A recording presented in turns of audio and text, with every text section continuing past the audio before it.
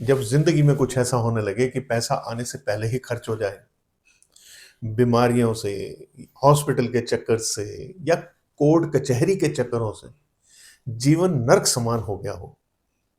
विदेश में आप सेटल होना चाहते हैं, मगर कोई ना कोई रुकावट तो बनी जाती है हमेशा।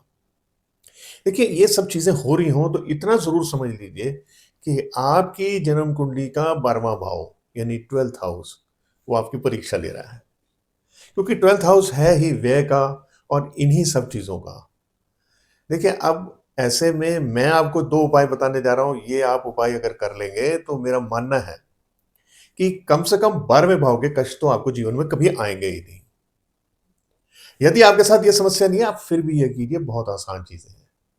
देखिए, करना ये है कि आप सुबह स्नान के बाद में अपने इष्ट देव के सम्मुख बैठिए, उनके चित्र के सम्मुख बैठिए, उनकी मूर्ति के सम्मुख बैठिए, ये आपने देखना है।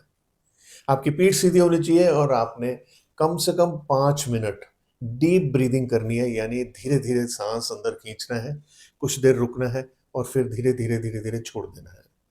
ऐसे समय में आपने ये महसूस करना है कि आपके माथे में इस स्थान पर आपने पूरा ध्यान केंद्रित करके ये सोचना है कि आपके इष्ट देव का प्रतिबिंब यहाँ पर बन रहा है। देखिए, इसकी आदत बना लीजिए, बहुत बड़े-बड़े कष्टों से दूर करता है ये। दूसरा काम बहुत आवश्यक है और ये बहुत ही कारगर मेरा आज़माया हुआ है। करना आपने ये है कि माह में 1 बार, सप्ताह में 1 बार करें तो अति उत्तम, लेकिन कम से कम माह में 1 बार अपने एरिया में या अपने एरिया से कहीं दूर जाके, किसी अनाथ आश्रम में, किसी अंध विद्यालय में या किसी ऐसे स्थान पर जहाँ पर फिज़िकली चैलेंज्ड बच्चे हैं या मेंटली चैलेंज्ड बच्चे हैं, उनका कोई आश्रम हो। वहाँ जाकर आप कुछ योगदान कीजिए। अपनी सेवाओं का योगदान कर सकते हैं, कुछ ग्रोसरी आइटम वहाँ के लिए ले जा सकते हैं या आप वहाँ पर कुछ इम्प्रूवमेंट करवा सकते हैं साफ-सफाई की। या आप चाहें तो वहाँ पर कुछ दवाइयाँ ही देकर आ जाया कीजिए, जो ऑफ द शेल्फ कॉमन मिल जाती हैं।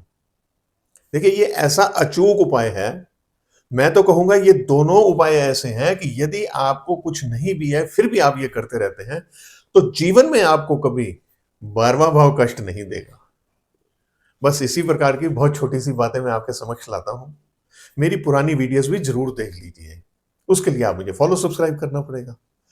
और कोई समस्या है, आप मुझसे पेड कंसल्टेशन चाहते हैं, तो नीचे मैंने व्हाट्सएप नंबर दिया हुआ है, आप मुझसे संपर्क स्थापित कर सकते हैं। मुझे वीडियोज़ में ज़रूर कमेंट किया कीजिए, क्योंकि मैं हमेशा इंतज़ार करता हूँ उनका। और आप मुझे आज्ञा भी दे दीजिए। नमस्कार।